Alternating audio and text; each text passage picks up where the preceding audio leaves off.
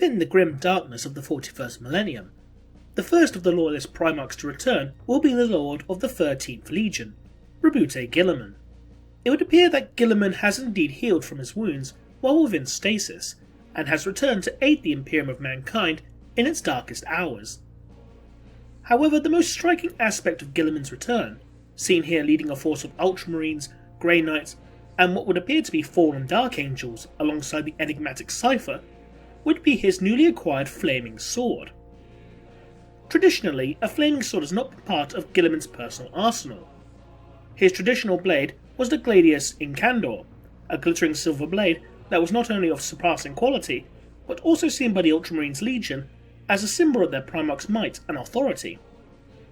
Now admittedly, the Gladius Incandor was not the only weapon to appear in Guilliman's arsenal, as he was also known to utilise the Hand of Dominion, a mastercrafted power fist that, combined with Guilliman's own Primarch strength, could even fell a massive titan. So there is always a slim chance that this flaming sword could have been locked away within his armoury for millennia. But could this weapon have belonged to anyone else? Potentially, it could have belonged to Guilliman's traitorous brother, Fulgrim. Fulgrim, the Primarch of the Emperor's Children Legion, was known to wield a powerful power sword known appropriately enough as Fireblade. Crafted by the Iron Hands Primarch Ferrus Manus as the perfect weapon, Fireblade was capable of generating intense heat, having flames flicker and wash over its surface.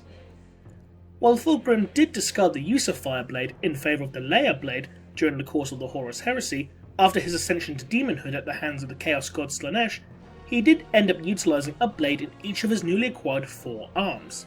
When Guilliman and Fulgrim fought against one another, Guilliman was stabbed in the neck by one of Fulgrim's blades before the traitor fled back into the warp.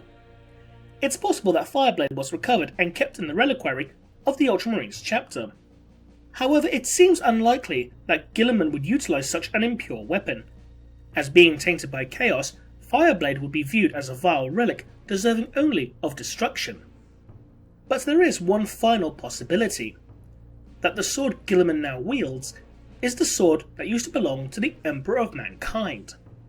When the Emperor of Mankind fought in battles during the Great Crusade and the Horus Heresy, he wielded a great blade that was wreathed in flame, similar to the one Guilliman himself now wields.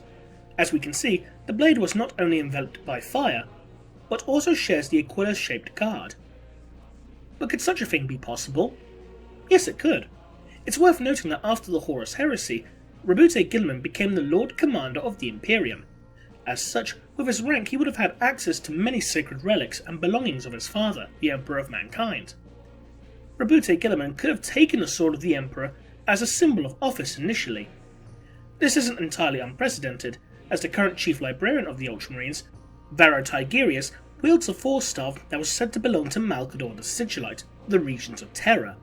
If the Ultramarines could have access to this such relic, then it's entirely feasible to assume they could acquire others, especially given Roboute's position within the political climate following the Horus Heresy. Do you think Guilliman has the Emperor's sword?